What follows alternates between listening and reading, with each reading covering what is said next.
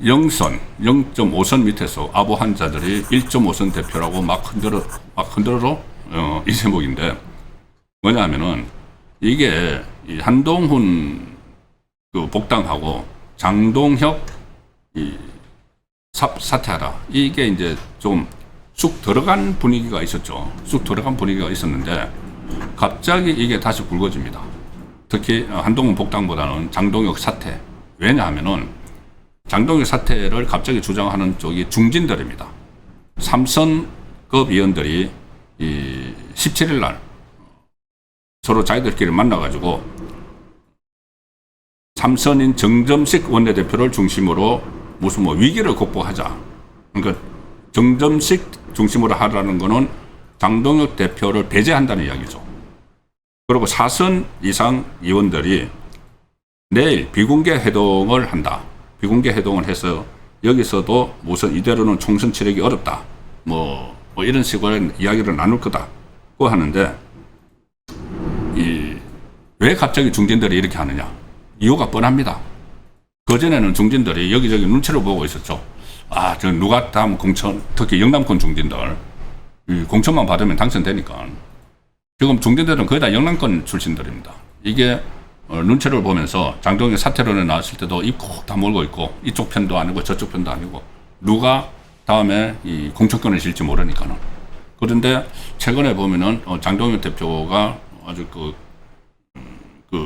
참정권 문제에서도 성공을 거둬서 이제 특검까지 만들고 하고 좀 장동혁 체제로 가는 것 같으니까는 오히려 장동혁 쪽에 좀 옹호하는 듯한, 힘을 보태는 듯한 그런 모습을 보였는데, 돌변을 해버립니다. 돌변을 해버린 계기가 뭐냐?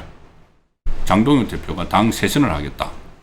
취임 1주년을 맞아서 특히 전국 254개 당원협의회, 당협위원장을 원점에서 재검토하겠다. 그러니까는 기업으로 치면 일괄 사표를 받아서 그 점에서 선별 수리하겠다는 이야기죠. 그 선별 수리를 당 대표가 하는 게 아니고 당원들에게 맡기겠다.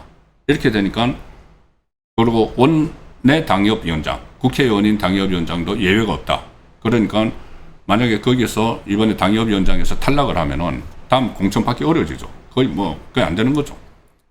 그러니까는 깜짝 놀란 겁니다. 중진 의원들이. 그럼 자기들이 1순위가 될 텐데, 장동훈 대표가 싸우지 않는 이 사람들은 공천에서 배제한다. 이런 말도 했죠. 자기들이 1순위가 될 텐데. 깜짝 놀란 겁니다. 그러니 갑자기 다시 장동혁에서 사퇴하라. 그건 나오는 거죠. 자, 장동혁 대표가 여기에 대해서 정면 승부를 걸었습니다. 중진들이 지금 초긴장하고 있는데, 당협 교체 방침에 따라서. 그래서 집단 모임을 하는데, 여기에 대해서 장동혁 대표가 반격을 가했습니다. 네. 자, 국민일보 기사로 소개를 드리겠습니다. 중진 때린 장동혁. 아니, 이재명하고 몰래 골프, 이거 정상이냐? 중진들이 불출마해서 희생해야 된다. 중진들을 직접 겨냥을 했습니다. 뭐라고 했느냐면은, 오늘 펜앤마이크 TV에 출연을 해서 중진들에 대해서 자기 출연해서 사퇴론을 제기하는 중진들에 대해서 이재명 정부가 민주당과 맞서 싸우던 시원찮을 판에 연임 개헌을 꿈꾸는 이재명하고 골프 치고 개헌을 해야 한다고 주장하는 그 사람들이 있었다. 골프 친 사람들. 다 중진들이죠.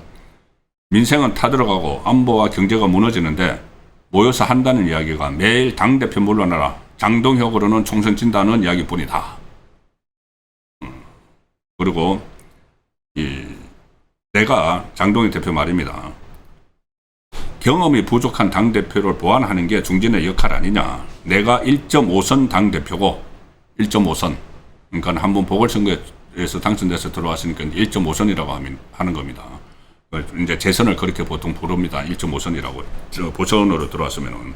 그리고 정치 경험이 부족할 수도 있는데, 1.5선 당대표라서 정치 경험이 부족할 수도 있는데, 부족하다면 그걸 누가 채워줘야 되느냐. 중진 의원들이 채워줘야 된다.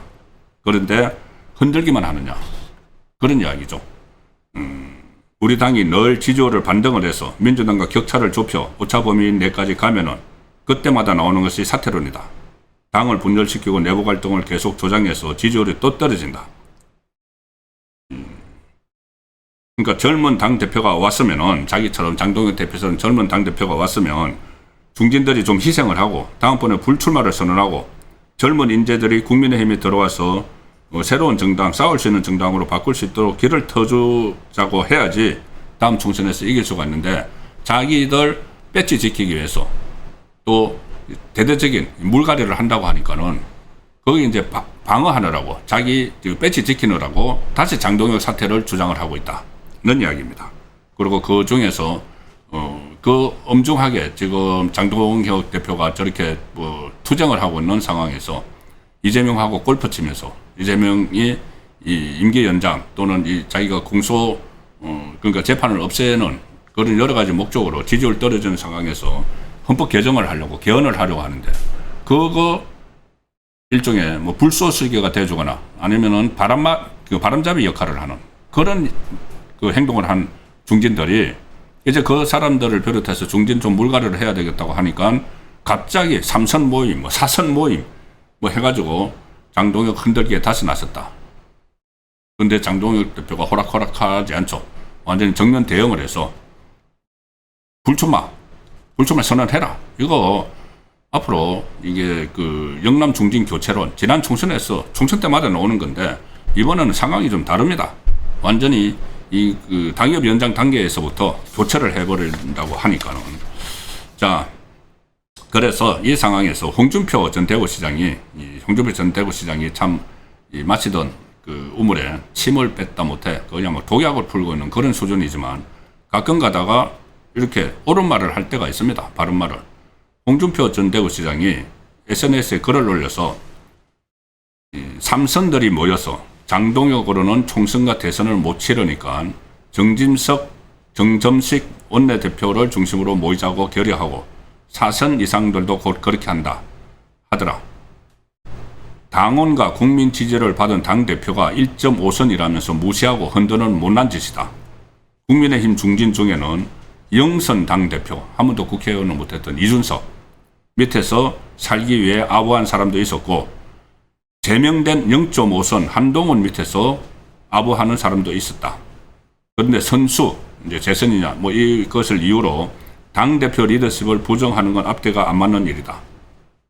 의원 투표에 의해서 선출된 원내대표가 당을 대표할 정당성이 있는지 의아스럽다.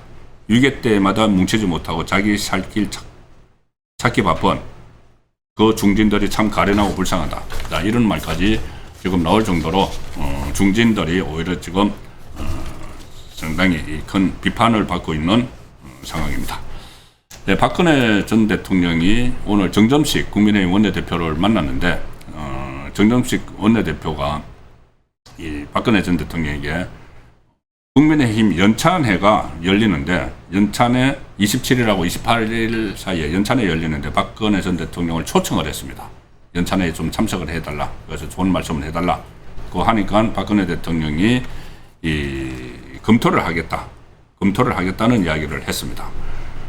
유영아 의원이 오늘 동석을 했는데, 박근혜 전 대통령의 연찬회 참석 여부에 대해서 박근혜 전 대통령이 생각을 해서 답을 주겠다고 했고, 조만간에 결정하면 당으로 전달이 될 것이다. 이제 참석 여부가 아마 참석할 가능성이 높은 것 같습니다. 그 전에 장동혁 대표가 단식을 할 때도 국회로 찾아와서 이제 만류를 했고, 또 지방선거에서도 현장으로까지 그 아픈 몸을, 불편한 몸을 이끌고 이렇게 지원 활동을 했기 때문에 아마 이 참석을 할 가능성이 높을 걸로 보이는데, 장동혁 중심의 이 당 결속 사업을 당부할 가능성이 높다고 보입니다. 예, 어제 참 제가 이 저녁까지, 마지막 시간까지 전해드리지 못한 게 국민의힘 중앙윤리위원회 그 조경태, 권영진, 이 서범수, 진종호 징계 수위 문제죠. 어제 그 소명을 듣고 했는데, 내일 오늘 하지 못했고 내일 다시 회의를 열어서 오전 10시 30분에 윤리위 회의를 열어서 이 사람들에 대한 징계 수위를 결정을 한다고 합니다. 내일 속보가 나오면 전해드리도록 하겠습니다.